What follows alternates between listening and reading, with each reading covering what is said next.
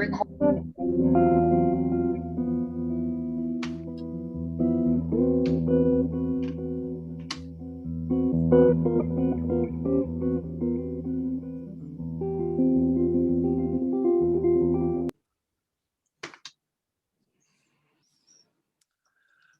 good evening. It's Sudeep Sen from New Delhi, and I have Dawn, who's sitting right now. Where are you, Dawn? Are you in Washington, D.C.? I'm in Maine, in the United States. You're in Maine. Okay, you never know who's where. But welcome to season 2, episode 1. We've had a wonderful, wonderful first season. It's lovely to see some of our readers who were in the first season back. There's Magda, I can see, from Romania. And today we have 3 wonderful poets, as always. Vijay Seshadri, who lives in New York, Aurelia Lassaque, who lives in the south of France, and Rosa, who lives in Iran. And we will go in that particular order. And Vijay, welcome. It's wonderful to have you. It's, we go back, 30 odd years when we first met. And it's lovely to have you here. Vijay, of course, is, I think, to me personally, is one of the finest English language poets writing currently. And I put India and USA, though he's actually a US poet. He was 5 years old when he went to the States. But I've always included him in anthologies, which I've done, because a lot of the diasporic writing is so vital to the larger fabric of world writing and Indian writing. I'll read out the bio formally, which is important, I think. Vijay Seshadri is the author of poetry books Wild Kingdom, Long Meadow, Disappearances, 3 sections, and in 2020, That Was Now, This Is Then, as well as many essays, reviews, memoir fragments. His work has been widely published and anthologized and recognized with a number of honors, among them the Pulitzer Prize for Poetry and the Literature Award of the American Academy of Arts and Letters. He lives in Brooklyn and teaches at Sarah Lawrence College. Vijay, a very, very warm welcome. Thank you, Sudeep. It's good to be here. It's good to be. Thank you very much for giving me a chance to address the globe. And it's good to be back with you, however, virtually. You're a constant presence in the poetry world, and somehow that presence has cut loose from the bonds of virtuality, so you seem to be 3-dimensional everywhere you are. So grateful to be with you. I'm going to read 3 poems, 2 from my most recent book and 1 from my second book. Sudeep said that he put India/America in his little description of me, and it's oddly appropriate, I think, because when I tend to think of my globalized as opposed to my localized self, my thoughts always tend to India, and so the last poem I'm going to read does have an Indic theme. The first 2 don't. One is set in the Pacific Northwest and one is set in New York. And the first one is called The Estuary. The brown bear living near the estuary and wading out when the tide swells and the salmon run. During the days of the dwindling salmon runs.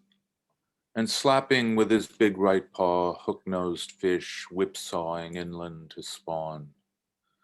The ambidextrous bear, furred like the forest from which he emerged, waddling into the unteachable waters to swat the salmon out the fast-running tide and catch the red salmon in his mouth and toss and juggle the sockeye salmon, thrashing and drowning in the air. And when he's expressed himself completely, he catches with his jaw the self that swam 10,000 miles to the estuary, and daintily, mincingly, with one paw grasping the caudal fin and the other the head, eats that salmon as if he were we, and the fish an ear of boiled corn. That bear is a bear about whom rich and complicated feelings can be felt. That is a bear from whom ideas about the state of nature can be derived. Cruelty is the wrong word to describe the pleasure he gets from playing with his lunch. Play and life are the same thing to him, art and life, life and death, creation impinging on a consciousness clear and crystalline, pinpoint revelatory explosions unsoiled by words, unbesmirched, creation clambering out of the waters, shaking itself off, creation surrounding itself with itself. Stay down on the pavement where you just fell in a heap like a bag of laundry. Just stay there. Move even a little and you might damage something else. You've already done plenty of damage. Stay down, supine, stay down, and let the giant buildings loom over you. Let them in their abstract imperium stun you with their indifference. Wasn't that the reason you built them in the first place? Stay down, and ask yourself, could I be the bear in this fable? Could I be the fish? Could I be whoever is imagining all this? Wonderful, wonderful. The next poem is called Meeting, and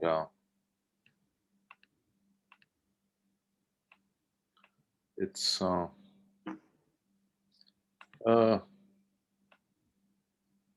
derived from a phenomenon that I think people who, as they progress through life, increasingly experience when somebody from their past shows up and with an appeal in one way or another. And we like to revisit our past on our own terms, not on other people's terms. And there's something complicated about returning to the past at the behest of another person.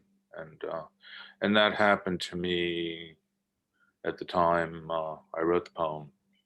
And this was my response to it. Meeting, thick. I'll meet if you really want to meet. I'll even meet in some small cafe or some park across the way.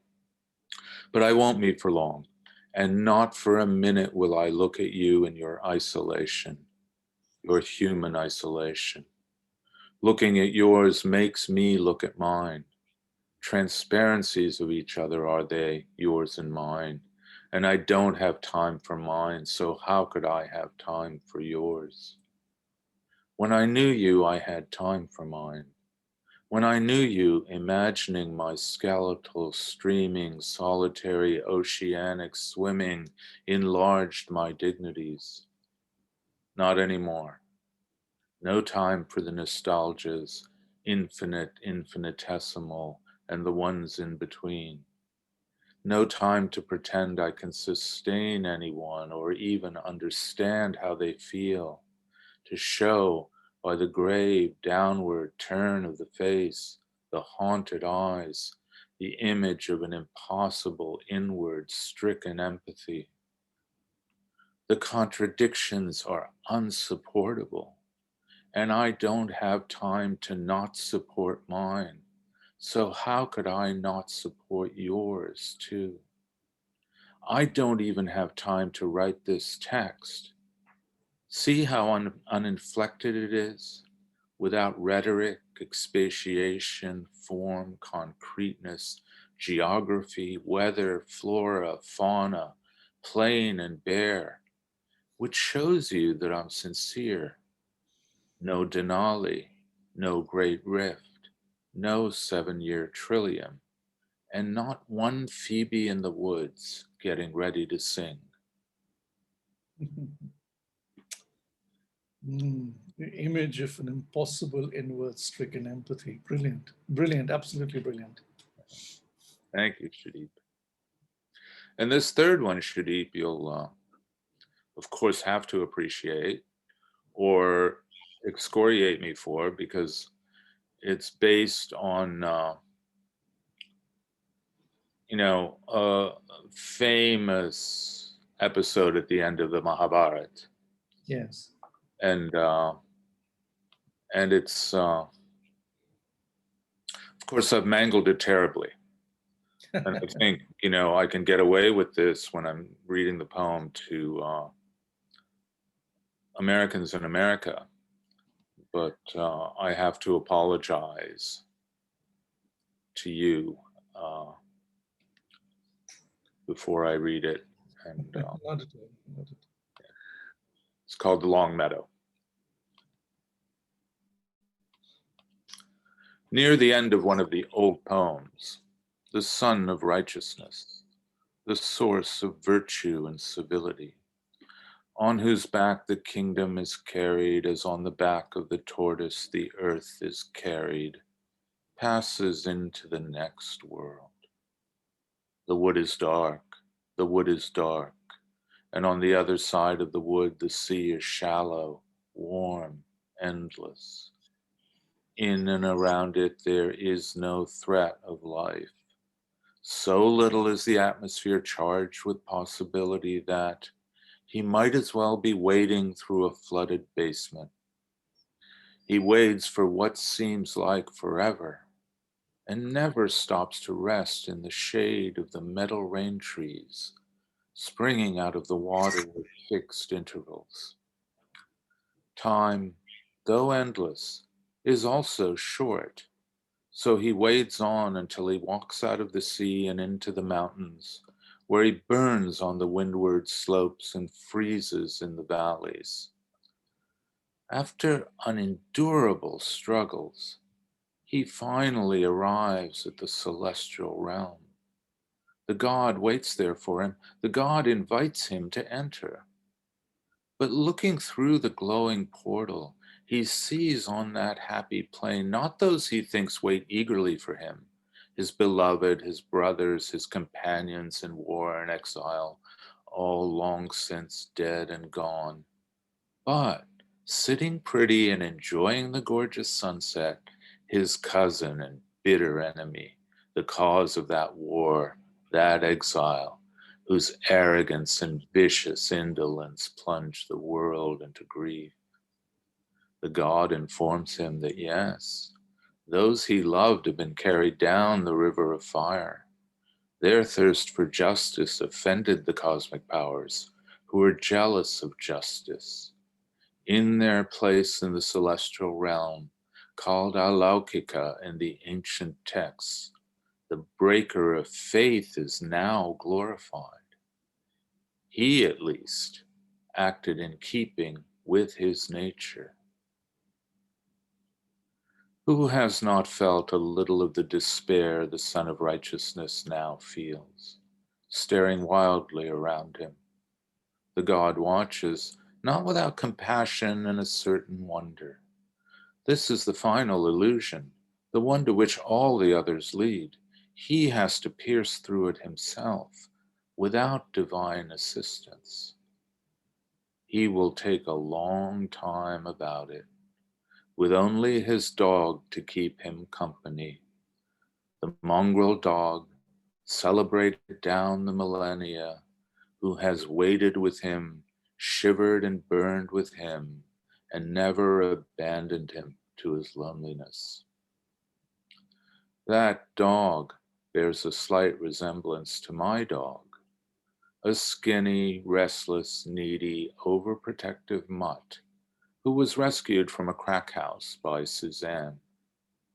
On weekends and when I can shake free during the week, I take her to the Long Meadow in Prospect Park, where dogs are allowed off the leash in the early morning.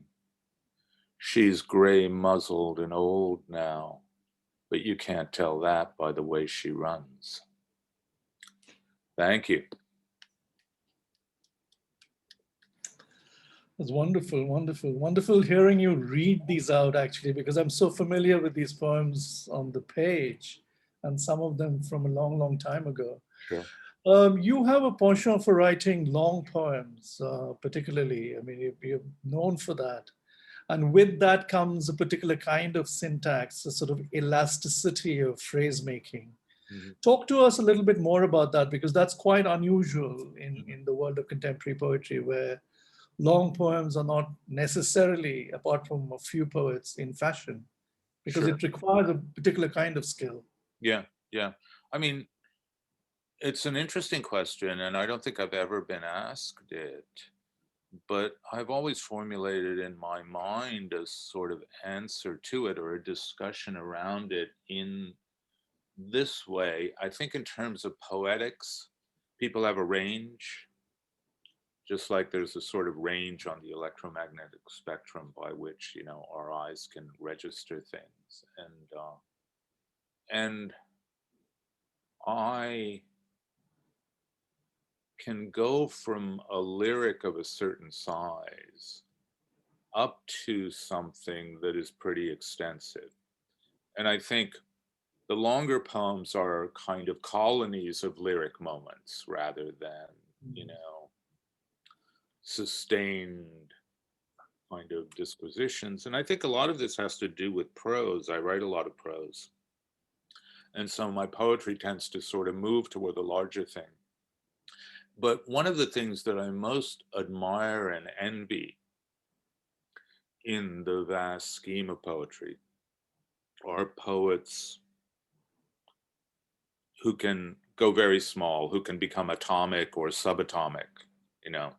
The Urdu Ghazal is like this. Emily Dickinson is like this. There's a way in which they're very, very powerful in miniature, you know, fully formed and just sort of extraordinarily alive in every register of poetry within really small spaces. And that's probably the one thing I haven't been able to get to, and that maybe it's always a limitation for me. I can go down to the molecular, and the long poems are based upon a molecular kind of model of poetry. You know, I sort of understand the molecular, but I don't really quite ever get to the atomic level or the subatomic level in poetry. I can't, you know, make myself small enough somehow. It's not in the nature of my mind to miniaturize myself to that extent, you know. And but you know, it's fairly easy for me to write a long poem simply because I'm kind of letting the consciousness flow. And I tend to be daydreamy, and I think long poems are kind of particularly, uh, you know, they're particularly congenial to the daydreamy type of mind, you know, the type of mind that expatiates and expands. And yeah. I mean, one of the first major influences outside of contemporary American poetry that I had was Wordsworth. And Wordsworth is tremendously prolix, right? I mean, he can just talk and talk and talk, you know, and talk beautifully for a long, long time, just going from one idea to another, to another, to another. Yeah. And yeah, I don't know if that answers your question, but yeah, no, it just throw a lot of light on what the poetics of your craft. In fact, you know, the two things you did mention, one thing, colonies of lyric poems. Yeah. It's sort of almost like lily pads on a pond. Yeah. But the other thing, of course, you referred to was the spectrum, the electromagnetic spectrum. And I see that, you know, of course, with the human vision can see the Vibgyor, the seven colors. But a lot of your images in your long poems actually take on what is in the ultraviolet infrared spaces. Mm-hmm. You allude to that in a sense without actually talking about it. Yeah. Within the spaces of your long form writing, in a sense. Yeah. I also, and parallel to that, when you see many of your poems on the page, I mean, I love the fact that there's a lot of white space as well. So that must be fairly conscious in that sense. Yeah. Is it? Well, Is it a device? yeah, I mean, the primary consideration, I think, is kind of creating a field of energy, right? Right. And a page is a part of the field of energy. But, like, I mean, I think that's what all poems, when they're successful, do. They don't necessarily have to be concrete in the sense that they're representational. Yeah. They can be highly abstract, but, that kind of, that phrase of Blake's, energy is eternal delight, seems to be the motto of poets everywhere, that you kind of create that movement in some way. And I think the white spaces in the poems, the way your lines shape a negative space, and I tend to not use stanzaic structure very much or break up the poem into a field, but I sort of also feel that the line and the syntax are in some way conversant with the page on which they are written. I mean, I think that's kind of important for me in the composition of a poem, because I am what they call in America a page poet, as opposed to a spoken word poet.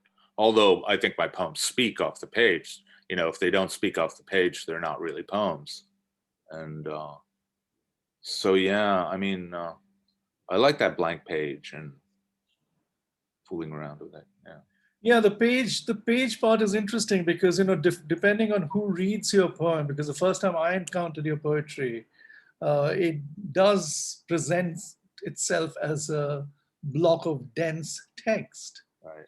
You have to read it a few times to know where exactly to stop and pause, because a lot of your pauses are wraparounds, not end stopped. Sure. In fact, it's mostly wraparound. Mm-hmm. So there you create a different kind of magnetic field even within that, in terms of the cadence and the sound registers within the word structure. Yeah. Yes, but brilliant. It's so wonderful to hear you live. Yes, when you see the poems, folks, it's quite different an experience. But when you hear it, of course, and if a poet reads really well, then the whole thing sort of lifts up the page beautifully. Thank you, Vijay. We'll come back to you later on. But Thank you, Sudeep. Wonderful. Thank you. Next up, we have a very, very different kind of poet, another friend. And one of the wonderful things about curating such international programs is actually you can bring on board people you admire, friends you admire for different reasons. And one of the things that we are missing these days is just the tactility of being together, sharing our voices, and we are stuck like this, of course, with these mosaic rectangular screens which we have to speak to, pretending that we are next door. But Aurelia has a unique sort of personality in the sense that she not only reads her poems, but she often sings her poems like a bard, like a troubadour. And that's very unique. So I hope you will sing out at least one of your poems, because that's a very special quality. And I can see your face. It's an oops. But you collaborate with a lot of musicians and filmmakers and so on. So it's a very important aspect of your poetry. Let me read out part of your bio formally. Aurelia Lassaque is a bilingual poet in French and Occitan, the language of medieval troubadours endangered today. She works a lot with, she collaborates a lot with visual artists, video makers, dancers, and particularly musicians. Her books have been translated into a dozen languages. She has performed her poetry and songs all over the world, Europe, North America, Africa, Indonesia, India, China. An advocate for linguistic diversity, she acts as a literary advisor for festivals in France, Italy, and Africa. Aurelia has also collaborated as a screenwriter for the cinema with the director Giuseppe Schillaci. You can correct my pronunciation. I haven't seen this film. And in 2019, Transhumans, a poetic short film presented at the 76th Venice Film Festival. Aurelia, a real pleasure to have you on board, and looking forward to hearing your work. Thanks for inviting me to join this panel. I'm very happy to be here, and it makes the frontier shorten, and the time also, because it's true that it has been so long. So well, just a few words about the selection of poems. They are all extracted from a book that is composed by, it is a long dialogue. It is a dialogue between a man called Ulysses and a woman with no name. And this woman is not Penelope. And we can ask ourselves, who really is Ulysses? All right. And some poems will be in French and the majority will be in Occitan. I go. Elle. Tout ceci est de mémoire profane. Les poètes ont tout réinventé. Il fallait un homme qui surpasse les dieux et qui, comme tout homme, loin de sa maison, si souvent, en larmes, maudissent la mer vineuse, se griffe le visage. Quand le poète est mort, 10 autres ont pris sa place et ont réécrit l'histoire. Ainsi l'homme a engendré le mythe. J'ai cloué l'espoir aux 4 murs de ma cellule. Il n'est pas de territoire plus vaste que celui de ma mémoire. J'ai creusé ces rivières, j'ai creusé ces montagnes, vidé ces rivières, retourné les pierres de toutes ces murailles en attendant le retour de mon amant barbare. Cet homme qui rassemble vos voix, endure vos délires et porte tous les masques. Cet homme que vous appelez Ulysse. In French again. Le soleil s'est levé. Le garçon lui murmure ses commandements. Non loin de lui est agenouillée celle qu'il aime. Les bras enfouis dans le sable, elle creuse. Le garçon prie. Que l'on se souvienne de son nom. Que l'on s'en souvienne jusqu'au dernier homme. Qu'Ulysse soit le dernier homme. Puis il saisit le soleil à pleine main, le mort, et le crible de rire. Elle n'a pas besoin d'entendre ses prières pour savoir de quoi sont faits les rêves d'Ulysse. Alors elle creuse, à la manière d'un animal que l'orage rend furieux, un labyrinthe. Elle voudrait pouvoir y retenir le soleil, que la mer soit complice. Elle y dépose de petites statues d'argile, une pour elle, une pour Ulysse. Ils se tiennent par la main. Il y a une noce.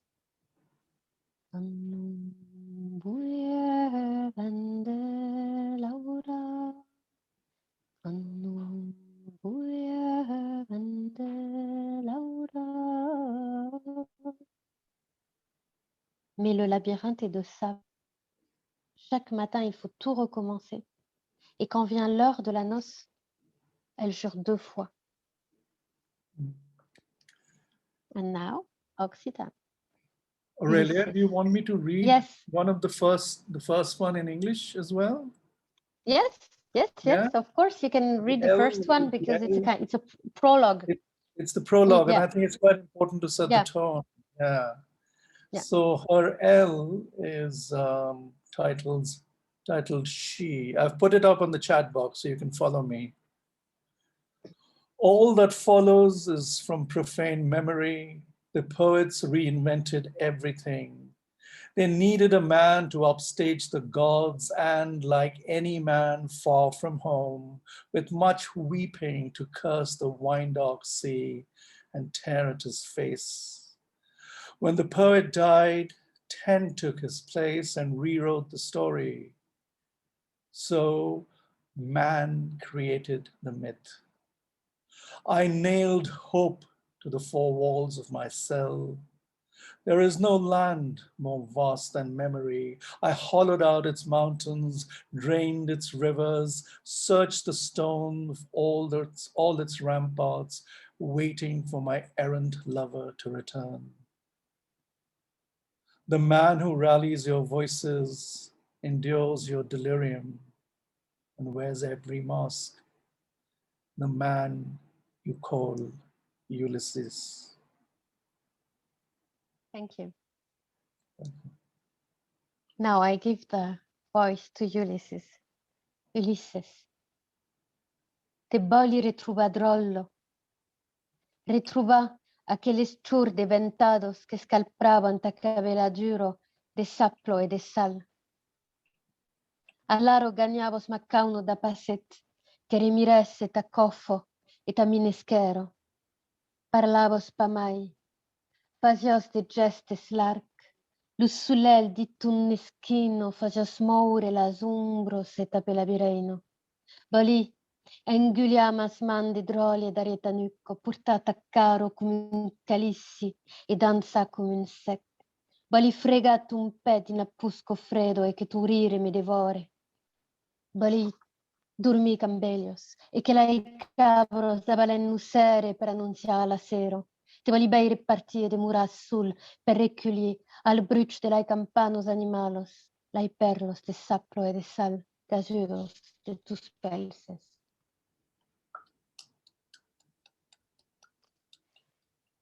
Ello, cadonuec, lumeteis aurace, naigavo, lus esteus, de capellets de drolles, crevan l'escureso, de l'urca calasses blanc. Dintama, servavos la meuno, aimabita sarrado, eros pas omen caro, mas già promessa la guerra. Eros un animal mainace, innuran luttas del sang, e desiravi da musegano. Ulisses. Disios Ulisses, disium murmula al dedin de mas paumos, e passeggiavos talengoes un perfum de figo, sus mas magros ufrendos. Parlavos al futur, e crenioia qu'este baujun, la mustu sul teu frun et as belios nuecencos, como sabe osservat per tu, lu secret del fioc, como si dependio de tu, curo e a quindiu sacrifica la flambo. You whispered, Ulysses, a murmur in the palm of my hand, rolling your fig-scented tongue over my scant offerings. Your voice dwelled in the future, and I feared your madness, your fevered brow and your nightly vigil, as though the fire's secret were yours to keep, as though time and God were yours to sacrifice to the flame.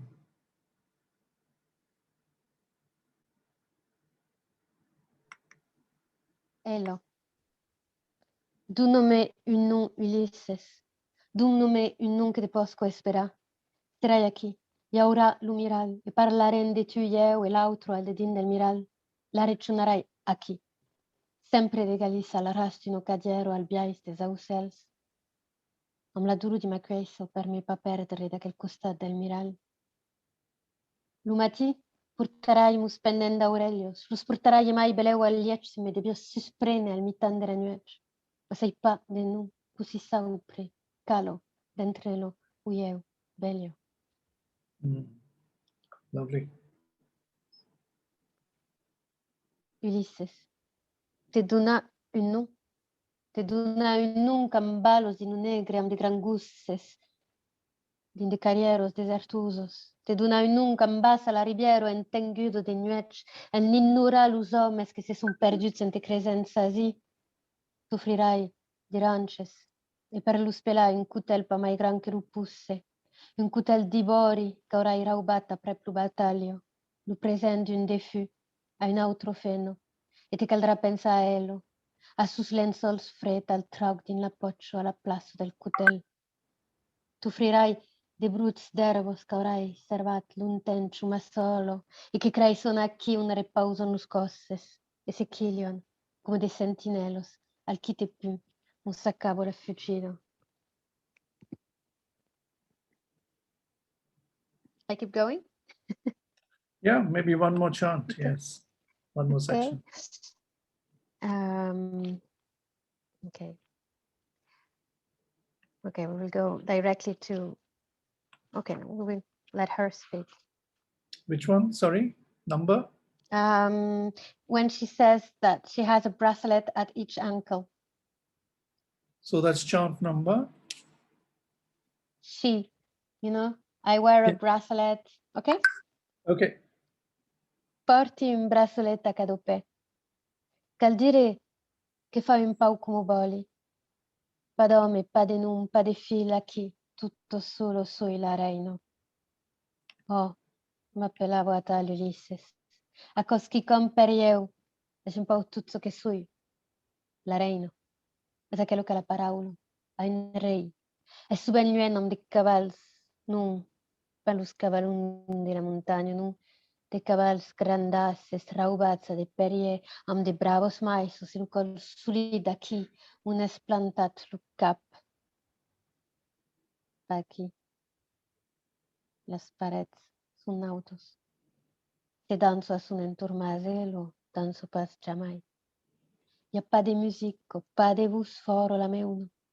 Y a bello miral, mas hai mentit mi voli pa veire. Beleu lo birac cap al cel, u un bel ciur partì e lo plantà aquí, d'en facio a la porta.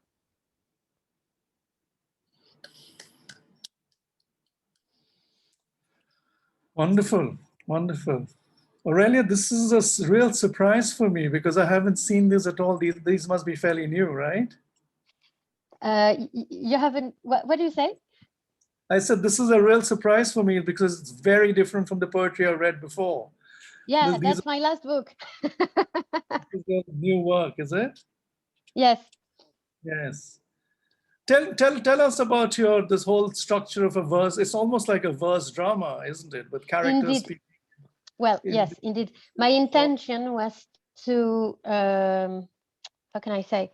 I wanted to find or recreate what was poetry in the antiquity and even much later, because poetry, theater, and music were not separated from centuries and centuries, and so the whole poem is a dialogue. That's why this is not the title. Ulysses. It's not title. It's the name of the character who speaks.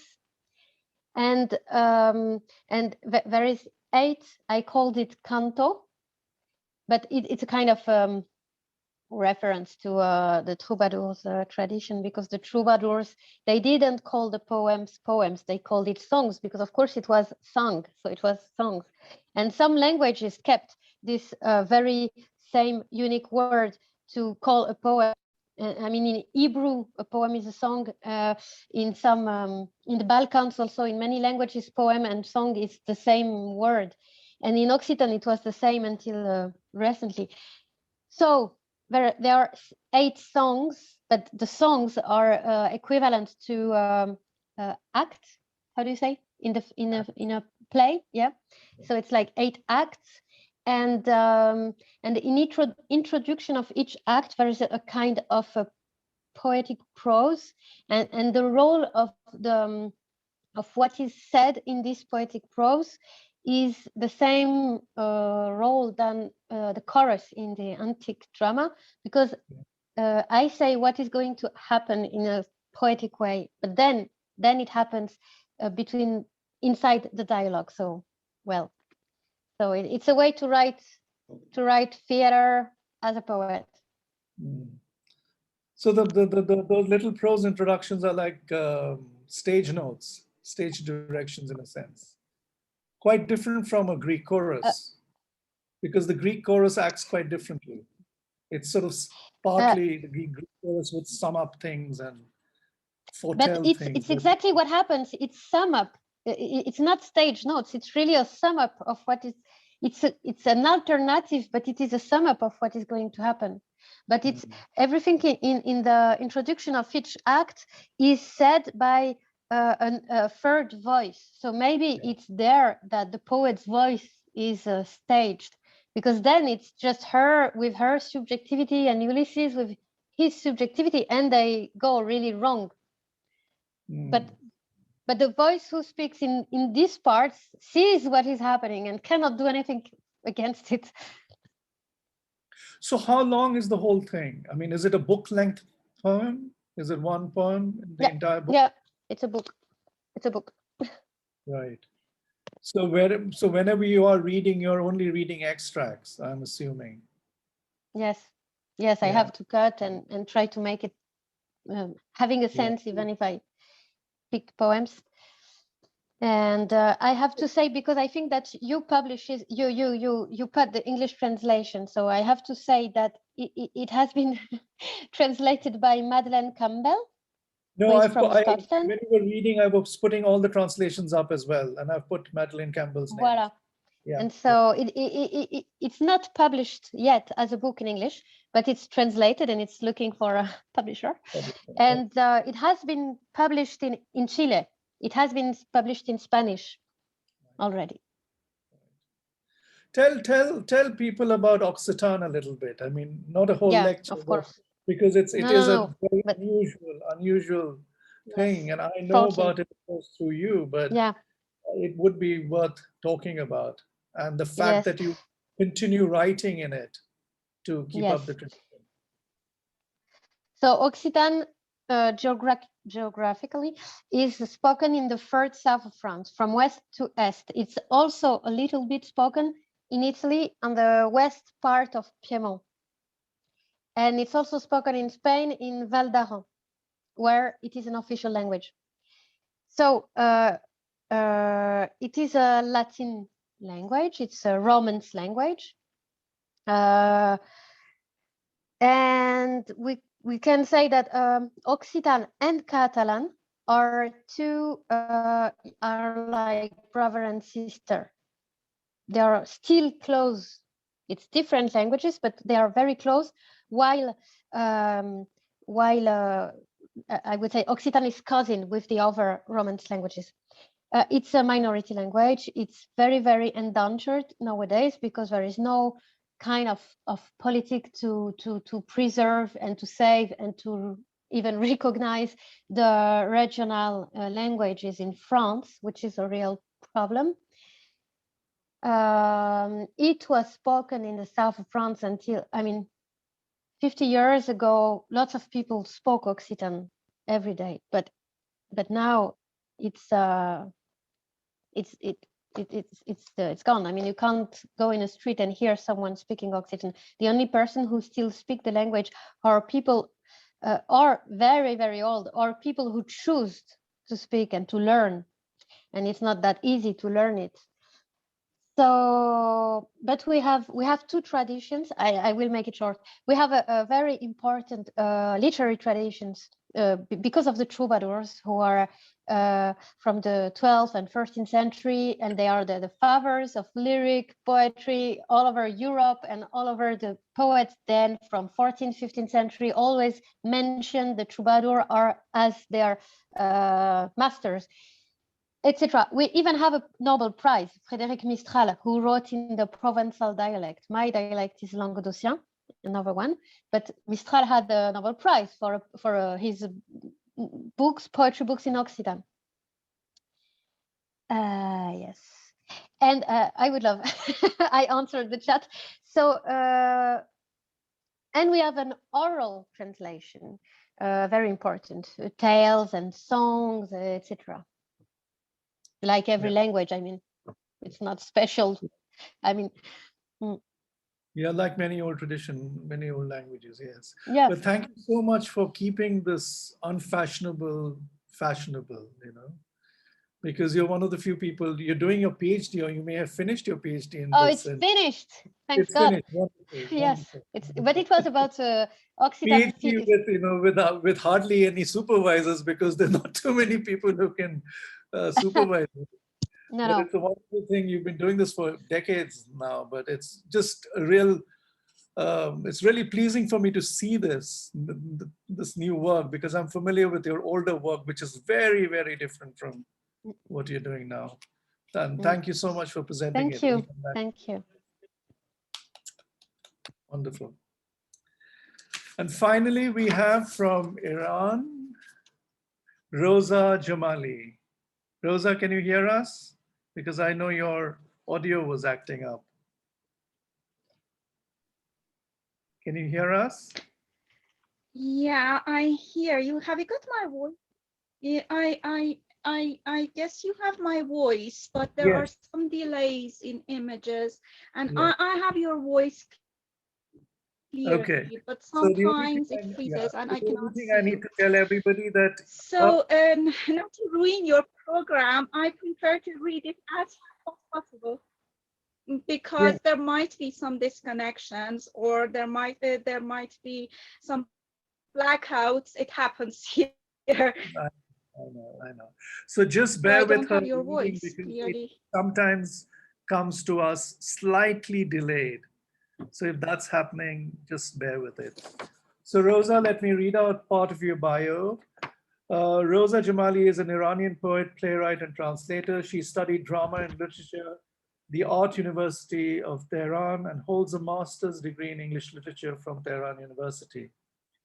She has published 6 collections of poetry so far. Her first book, This Dead Body is Not an Apple, it is either a cucumber or a pear.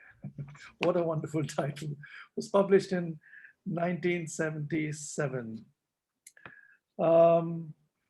She's very conscious of form and stylistics in poetry, which we'll talk about much later. She's also a very, very active translator and has edited this wonderful new anthology of Anglophone poetry translated into Persian. It's a really important book that she's just done. She has lectured on Persian poetry at the British Library, US Persian Studies Center, and contributed to many poetry festivals worldwide. She's a judge at a number of prestigious poetry prizes in Iran and has written a number of scholarly articles on poetry, literary theory, and creative writing. Rosa, it's a great treat and honor to have you. A very warm welcome. It's my pleasure. Actually, I really enjoyed your program, as I was a reader of Vijay Seshadri's poetry, both in English and Persian. It has been translated very well into Persian. And in our magazine, we published lots of his poems. I don't know whether he has seen that or not. I'm supposed to send a link to him one day very soon. So not to ruin your program, as we have problems with connections, I prefer to read the poem first. Would you like me to read the Persian first or the English first? Perhaps you should read Would the you English prefer to first so hear that the people English have the, first, or? yeah, no, I prefer to hear you read in Farsi, but read the English first because it sets the context. I will put it up on the chat box in any case. Yeah. So maybe the first poem you should read it out in English. Yeah, I prefer to start with the fern. So shall I start with the fern? Is it okay for you? Yeah, that's fine. Or That's you fine. have No, decided to not at arrange all. it in a different way? Not at all. Okay, the Fern fern. is fine. Fern is fine. Yes. Yeah, so in this, yeah. I was a 7-story being covered in scarce species of a plant, and it was a funeral ceremony. And I was the only single mourner. First, I picked a gemstone from the very soil, this very soil, and then sealed and knocked it over my forehead. I returned and had a glance at my homeland again, and I shed tears on this very soil. My mother was the phoenix, my father was the phoenix, my mother a restless goddess in Shush and Ecbatana and the tomb of Mordecai. But God was with me. My far-sighted vernacular eyes are a camera in this deep darkness, a whole dark loophole, and I'm the dumb and voiceless meat of clashes of spoons and forks at the dinner table, deity of the Nawab highway heading the cemeteries.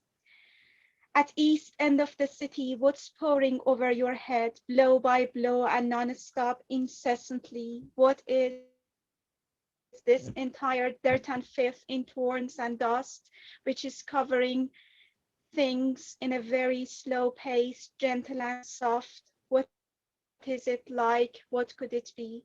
The fairies have nested on my dark hair, and I had washed the fairies, drained them, brewed them like rice. You knew the time well, the moments are lingering, it's yawning and sleepy. That very frozen moment, and then absolute silence, while with my wounded nails on the stove, I was boiling over the sauce square and erupted like a volcano. Perhaps I had just kept my face pale with bleaching. I am the fern, the orphan land, the stepchild, fostered land, burns of diseases, fake guru.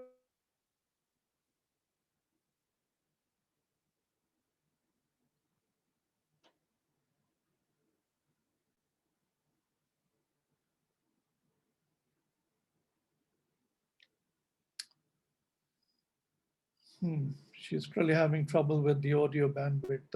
The poem is on the side. You can read it as we go along. You can just use your cursor to scroll up and down.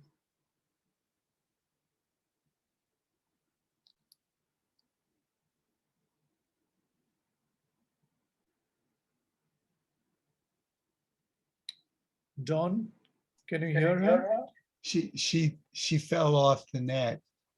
Okay. She's not in the meeting anymore. Hopefully she'll be able to reconnect. Okay.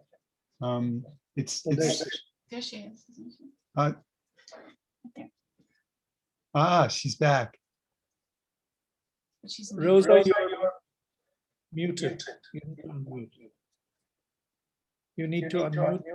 Yeah. Shall I continue? The goddess of wildflowers. Yeah, the goddess of wildflowers, the lady of thorn and thistles, upon the sorrow of talisman woven into my country. And how I digged the mountains. What have you done then?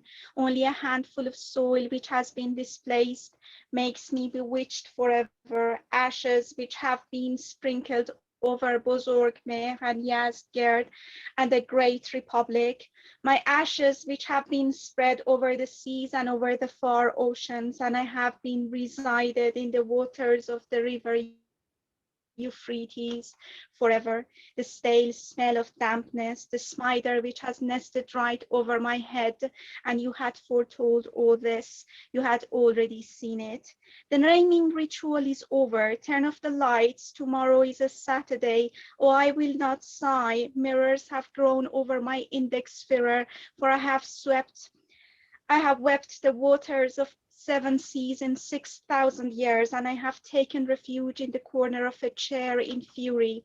The sidewalks are deserted, passers-by are the perpetual dead, and this deserted military zone has no longer been residential.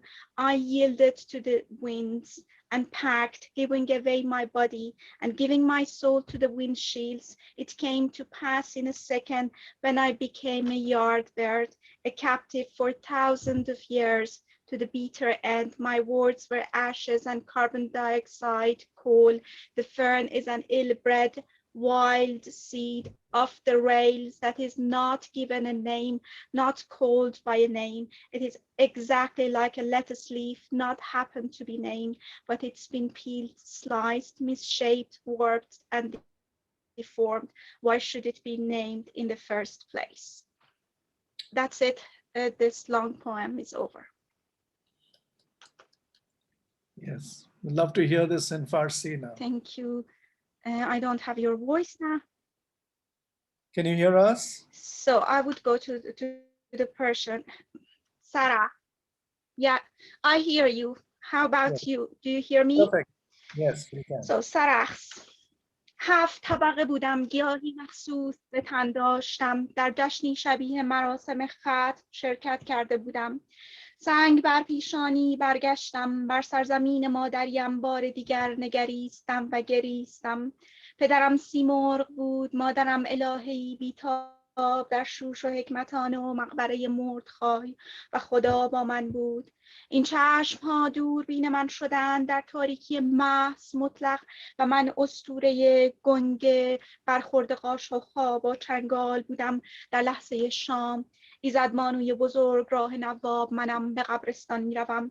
در منتها علیه شرقی این شهر این که مطلق باریده بر فرق سرت این چیست؟ این پلشتی آرام چیست؟ به چه میماند چیست؟ فرشتگان بر موهای تاریکم لانه کرده بودند به ناچار و من پریان را شسته بودم، لکه گیری کرده بودم، شبیه برنج دم کرده بودم. ساعت را میدانستی در لحظه ای که کش می آمد و خمیازه می کشید، آن لحظه منجمد و خاموش، وقتی با چنگال های زخمیم بر اجاق گاز سر می رفتم، وقتی تمام صحنه میدان انقلاب را فرا گرفته بودم و فوران می کردم و با وایتکس صورتم را سفید نگه داشته بودم انگار. سرخس منم، سرزمینی بی پدر آریتی، شهری سوخته ممنوعه و آلوده به انواع مرضها، بیماریها، دجالها، دروغها و دستکاریها. به کجای این سرزمین دل بسته ای برادر؟ این سرزمین که به تمامی سوخته است، نیمیش گوره است، نیمه دیگرش به سربالوده است. سرخس منم، ایزد بانوی وحشی خار و پرشت، بر اندوه ساکن چشم زخمی که بر سرزمینم بافته ای. کوه را که من کندم برادر، تو چه کردی؟ تنها مشتی خاک آوارم می کند، گیجم می کند به ناگاه. مشتی خاک که پاشیده بودمش بر بوزر جمهور و یزدگرد و خاکسترم که بر دریاها پخش شده است دیگر و در آبهای دجله آرام گرفتم برادر. این بوی کهنه نامی دهد در عنکبوتی که لانه کرده است. دانستین را به ناچار میدانستین را. مراسم نامگذاری به پایان رسیده است. چراغ‌ها را خاموش کنید، فردا شنبه است. بر انگشتان سبابم من که 7 دریا را گره کردم 6000 سال، پس خشم به گوشه صندلی پناه بردم. پیاده رو خلوت است، رهگذران به خوابی ابدی رفتند و این منطقه متروک نظامی است. دیر زمان نیست که مسکونی نیست. تمام جسمم را به باد سپردم و روحم را به بادگیرها. اسیر ثانیه‌ای بودم سالها و گوش تا گوش حرفهایم خاکستر بود و کربن و زغال. سرخس گیاهی است وحشی که نامگذاری نمی‌شود، شبیه برگ کاهوست نامیده نمی‌شود، پوست انداخته است، چرا نامیده شود؟ That's it. The Persian version is over. You know, it's interesting because I was putting the Persian text on the chat box, and apologies that my computer only recognizes a certain kind of lineation. So instead of the text being right aligned, it's assuming, you know, it's coming across as a left aligned poem. But your next poem title is called Visual Error, and somehow that got copied on as well. So it is like a visual error that happened on screen, because the poems should really be, you know, obviously from right to left. Actually, my poetry visual error, kind of visual error to classical Persian poetry. As I tried to change lots of things.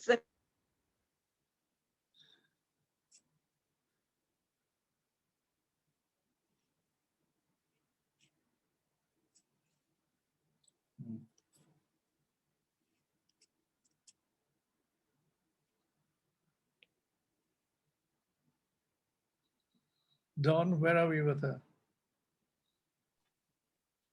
She's still connected. In my own style, actually, whatever I've written so far. It's a pity.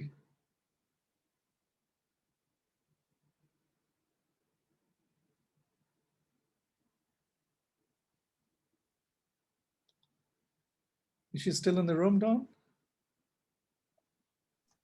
I think she'll reconnect. I think when she does, it would be worthwhile to ask her to just leave her video off. Yeah. And just use the audio.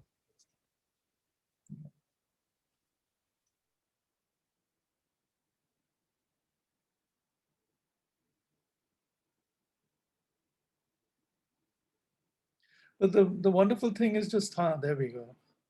Rosa, can you so hear I'm us? back. Sorry, Yeah. really sorry. Yes, I don't know why I think your connectivity is weak. I think your broadband or the bandwidth must be low. So Dawn suggested that perhaps you should put your video off so that we can at least hear you and chat with you. Is that good? Yeah, if I put my video off, yeah, stop video. Yeah. So That's better. I think you would have my voice clearly this way. Yes, we do. Thank you. Thank you. Yeah, you were read talking about the visual errors, so that's where we got cut off. Yeah, that's why we got disconnected. Visual error. Right at the center of universe, they opened my tight hands and they let me go. This is the land you have long yearned for. A dark, thick veil was drawing black circles over my eyes. In a very early second, the time was set with my watch. My hands hadn't been shaped yet. They were immature. My dusty clay-made face, my profile on a sculpture was the same since the Genesis, just thick dark circles over my eyes, and my throat was silence, its vibrations sealed and forbidden. I've been blinded and ransomed to sit there and count tambourines that we had divided yesterday and finished the other day. I have been walking on rivers, splitting the seas. Ask the chronicles for how many years I split the seas. A tight-eye pupil has encompassed the whole world, yet me, in desperate need of a 7 millimeter space to write on the margins of the pool, what are you speaking about? You've been sleeping in my arms for so many years. Worms have covered the center of universe. And this bending round shape which lingers forever has dispatched me. What are you speaking about? The Fahrenheit thermometer says my temperature has increased 1 degree. Just the time we could reach the center of the earth, we would be a landmark for you, right? It's the land I desire for. It's pettier than what I had imagined. Its interior shell is peeling me off. They have told the sweepers to sweep us in a way nobody could be left. It's worth more than the cost of what has blinded me. It's excavating my throat tunnels and this labyrinthine soil, its lime shell. It's a land from here to 7 millimeters there. I couldn't have dreamt this fragmented dream. They had untied my ropes, and I didn't know where my journey took me. They had abandoned me on a wasteland. They didn't want me anymore. Oh, wait, sister, wait. I have endured all this. But this wound has left a scar on my body, the one which you cannot erase it. What are you speaking about? While they have stolen the right hand of God, I have turned to a profile stone on this famine-stricken land. I have turned round and round to reach the most mysterious spot on the circle. Here is a piece of land to dig with a naked torso of God in the middle of a pool full of blood. How much do you pay for this labor? This air which tightened my neck is blowing gustily. You're chasing me like a shadow. I'm a light and lantern on your shady way. It's 2 at midnight. Ask the chronicles for how many thousand years I have walked on the sea. We had come to watch the eclipse right at the time we stepped on the center of the earth. Just a shady vein from my right atrium, like a corner ends in a dead-end valley. Oh, wait, sister, wait. It was unprecedented and had disappeared from my eyesight. So that is the end of the English version to this poem. Wonderful, beautiful poem, really strong. Thank you. Such a joy to hear such a compliment from you. No, it's just wonderful to see the different sorts of tradition, and the Farsi poetry I knew is more classical in nature, and what you've done with the sort of new idiom is just astonishing, actually. And I don't know how lines like with a naked torso of God is taken in your country, because I know there's a lot of censorship. And Well, actually, I'm not that much straight to the point.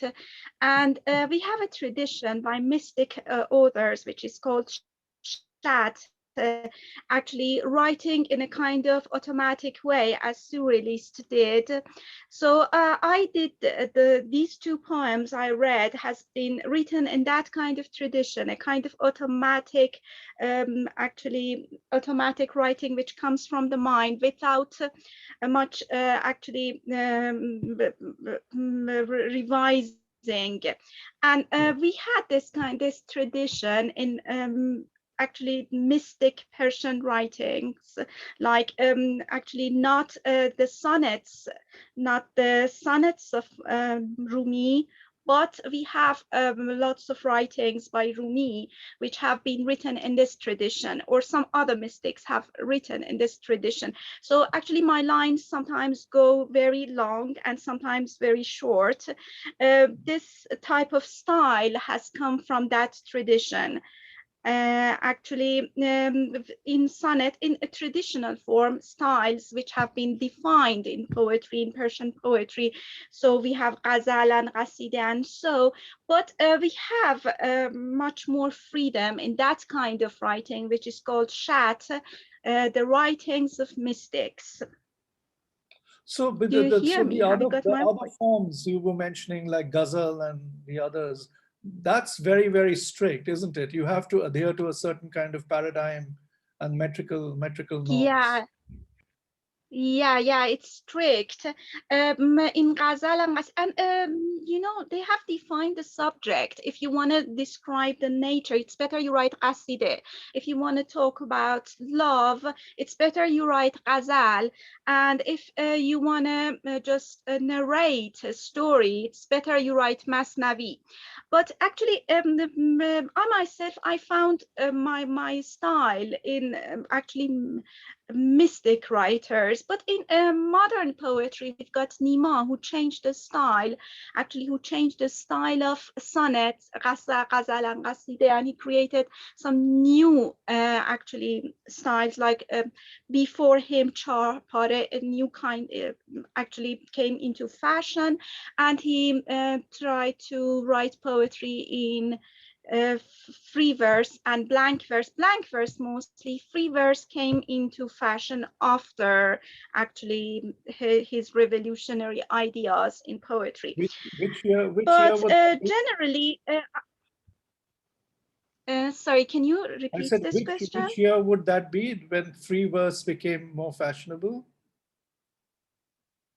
I could say blank verse became fashionable. Actually, our year is different from Christian calendar, is different from Yeah. solar Persian calendar. So about, I can say 100 years ago, the styles changed in Persian poetry.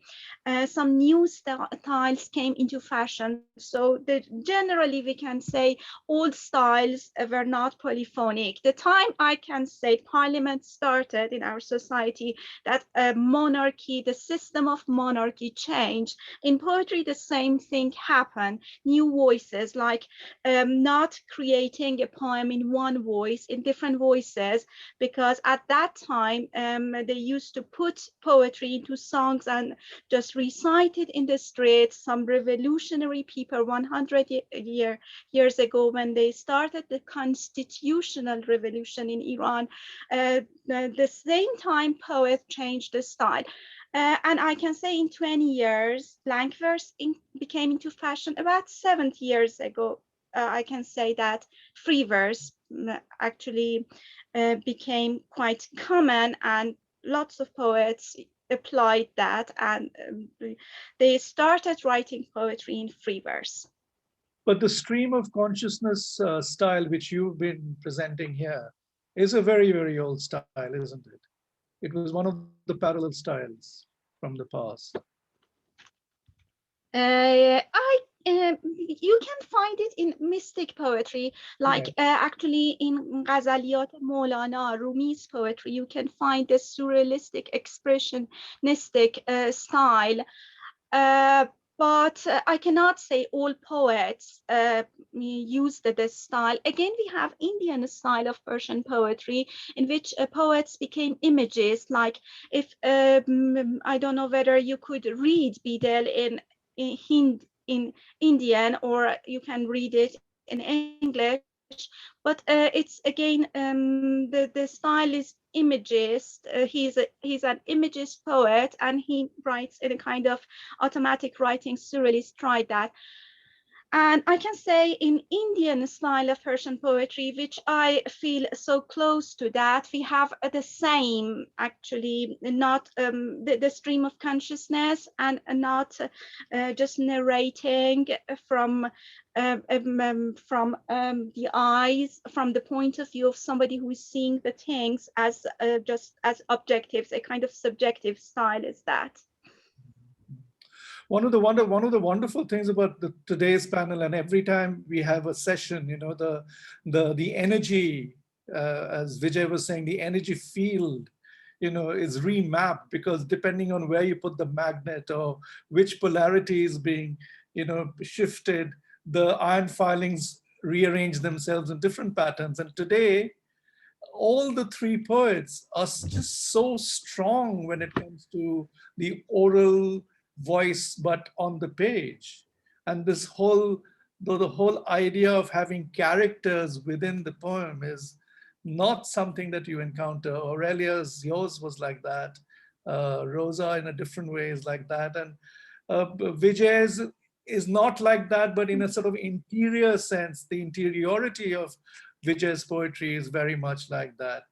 Aurelia, the aspect of singing, which is also there in, say, in Farsi, how popular is that now?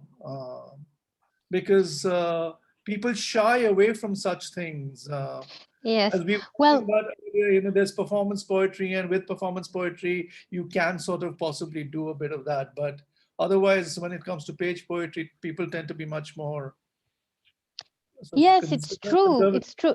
Because what I write, I mean, is, how can I say, very written, but it's written to be said aloud. This is very important. The very last reading and correction and version of my poems comes from orality. So when I consider that I have finished the poem, I think it's fine. This is just on the page, and there are things that you can see on the page that you cannot hear. So you have to see with your ears also. And that's why I always say the poems aloud, and I always do some changings while I hear it. And so it's not, this orality is not typical from Occitan poetry or not. It's just, I think, my relationship with poetry that is like that gives this space to the oralization of the poem. And I don't know, I just sing when I want to sing, when I feel to sing. You know, it's not written, of course, in the book to have a song somewhere. And it's always something that just comes when I feel that it is the moment in the text. And so that's also why it only has. You're muted, sorry. Aurelia, you got muted. The last two sentences were on mute. Can you hear us? Yeah. I don't hear you? But yeah, it's fine. Yeah. But Vijay, the Long Meadow, you know, you were obviously riffing off of a classical text. Tell us about the sound patterning, how you transferred the sound patterning of the original to a very, very, very modern American idiom, because that I thought was quite remarkable. Yeah. Because it's not easy to use, because we've seen a lot of translations of these epics, and often they are correct in terms of content, but very often I find that they're very sort of stodgy and staccato, because if you have to be so true to the original, you lose out on the fluidity of language. So you have to take those decisions. Yeah. And it reads very well in contemporary American English. So what sort of decisions did you have to take? I mean, I know you apologized in the beginning, but I saw there was a sense of irony there. Yeah, I mean, I think going back to what Aurelia was saying, there's a kind of confusion about aurality, A-U-R-A-L-I-T-Y, orality, and poetry. That and the way to kind of clarify this confusion is to sort of everybody accept the proposition that a poem is a sonic experience. Yeah. And the sonic experience can exist on the page, and the sonic experience can exist in the ear or coming from the mouth of the poet, but they are all one and the same thing. So even when you're writing on the page, you are projecting a sonic experience for yourself and for the reader. And I think when you're dealing with narrative material and when you're dealing with epic material, that sonic experience is sort of a quiet experience, as opposed to sort of the lyric material that's really close to a song. But in both cases, the language has to sing. Yeah. If the language isn't singing, it's not poetry in some way. That's kind of basic. Even when you're telling a story and you're required to be clear in making, the plot clear, somehow there has to be a quiet singing to the poem as it's moving along. And, and I think I've been, I've always sort of felt that strongly as what distinguishes poetry from, say, prose. And I write a lot of prose. And prose is a sonic experience too. You can't write good prose unless it's lively to the ear, but it has a different quality. It doesn't have the singing quality. And I think with The Long Meadow, it's interesting what, Aurelia and, everybody, I mean, I think, that Aurelia and Rosa are dealing with the same sort of, we might be very different, even though we're not that different as poets in our underlying concerns, because there's such a mythological element to all three of these poets that you're listening to today, that we're all dealing with the same musical problem in some way. How to render the particularity of the language in a kind of universal music that everyone can follow. And that's really interesting. I mean, it's interesting, Rosa was talking about the Indo-Persian poets, because they are remarkably abstract and associative, Baydil and Urfi, and even the Persian poetry of Mirza Khalid. It's just, very interesting, dense, mystical stuff. But, you take someone like Baydil, he's also writing in strict, meters. That it has a metrical kind of classicism to it, however kind of radical and strange the language is, and he's at the end of a long, long tradition.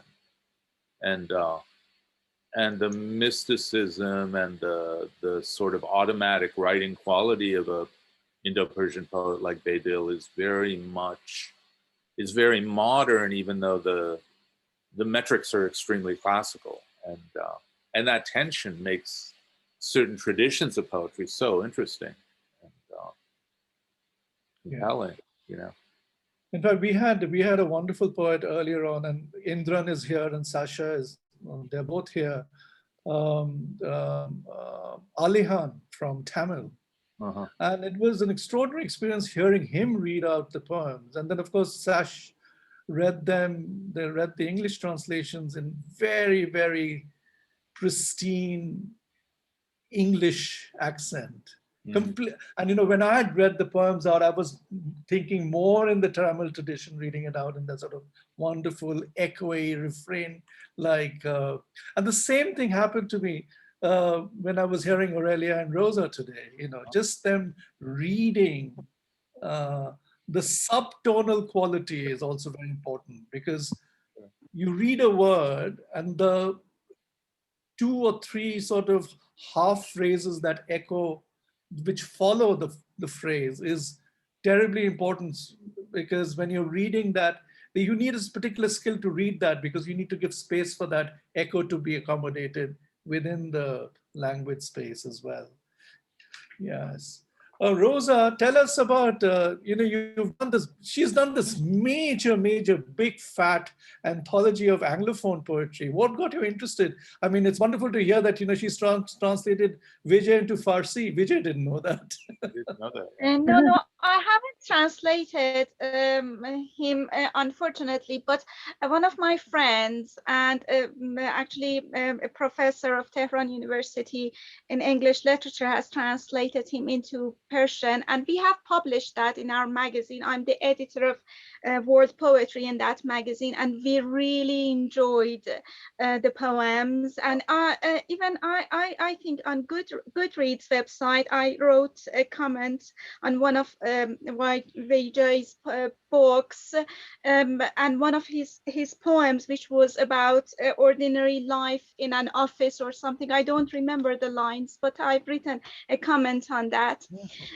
It was really interesting. But about Anglophone poetry and translating that into Persian, actually, I tried to create a perspective for Persian readers, because apart from the traditions here, it's very good that actually we educate ourselves by reading the world poetry.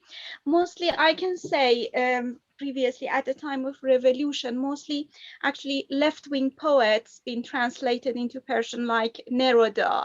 Neruda was an icon at the time of revolution, or actually we can say Lorca became so popular because of his death, and at the time that actually Iran was in a kind of social upheaval and revolution, and actually social poetry became fashionable, and world poetry hasn't been read very well in Persian. I can say that mostly poets have been read because of actually their social concepts. Like Allen Ginsberg is popular because of that America poem, because of anti-American sentiments and so many things here. As actually in our faculty of English literature, they endear Allen Ginsberg because he was in Black's list of FBI. So there is a kind of purpose on actually popularizing poets inside Iran. But I myself, I'm really conscious about the style, form, and the perspectives poets could give us. As we are poets, we're supposed to learn from each other. That's why I translated you and lots of poets who are very strong in style and in creating a kind of actually perspective in poetry, and can teach us a lot in the way we write, as we can learn from each other a lot. But this is really bad that most of translations, like I was a judge in a kind of translation festival. They were supposed to translate a poem by Sadi into English and the story into Persian. So actually behind that festival was a kind of university and a kind of political idea. The story they were supposed to translate into Persian was full of anti-American sentiments. I don't like to be like other translators, to follow a kind of policy. I prefer to create a kind of perspective of word literature or word poetry in Persian, and I try to do that as a kind of, at least a kind of educator in that case. And that's why the poets I choose are far from politics. I try to keep the politics away. Of course, nothing is away from politics. I mean, even the most apolitical thing is political. But I think that's a good note to end. Yeah. And on. It's 10 o'clock. We have come to the end of our time. And nothing like what you just said, that, you know, it's important for us as poets, however many years we've put into it as a practitioner or as a craftsman, to just be open and to learn from others as well, and be open to world poetry. And that's precisely one of the things we try and do in this program, which is quite different from many of the other festivals we've been to online. That it's a conscious choice to have a dialogue between good world poets across languages. That's the key. Because moment you start talking about poetry, as was the case today, Aurelia, Rosa, and Vijay, and all of us, when we start talking about poetry, there's a commonality of both rigor and intellect, which is just thrilling. You know, it's just not just reading and going off, and that's that. The engagement stays, and one of the wonderful thing is we will take back, if we haven't read each other's poetry, we will now go and find more poetry and explore others as well. So thank you, all three of you, for a rich, rich, rich polyphonic evening. Thank you. Yes, and what a treat, what a treat. You all read very well, and your minds are also equally pristine and sharp. So it's a rare combination, guys. Aurelia, Rosa, Vijay. Thank you. Bye-bye. My pleasure. And thank you all